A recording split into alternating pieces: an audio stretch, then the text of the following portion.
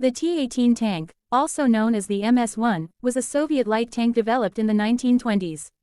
Here's an overview. Design and development. The T-18 was designed to replace the outdated Renault FT tank, which was used by the Soviet Union during the Russian Civil War. The development process began in the mid-1920s, with the goal of creating a more modern and capable light tank.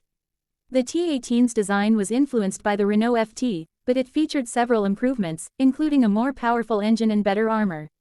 Production. The T-18 was produced from 1928 to 1931, with over 960 units manufactured.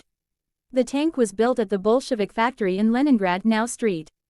Petersburg. Specifications. Weight. Around 5.9 tons. Crew. 2. Armor. Up to 16 mm. Armament. 37 mm gun. Engine. 35 to 40 HP. Top speed. About 16 to 18 km per hour.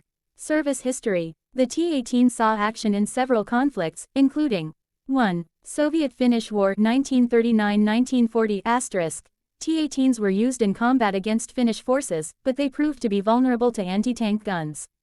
2. World War II. T-18s were used in the early stages of the war, particularly during the German invasion of the Soviet Union in 1941. However, they were eventually phased out due to their limited capabilities. Significance. The T-18 was an important step in Soviet tank development, influencing later designs. Its production and deployment marked a significant modernization of the Soviet armored forces.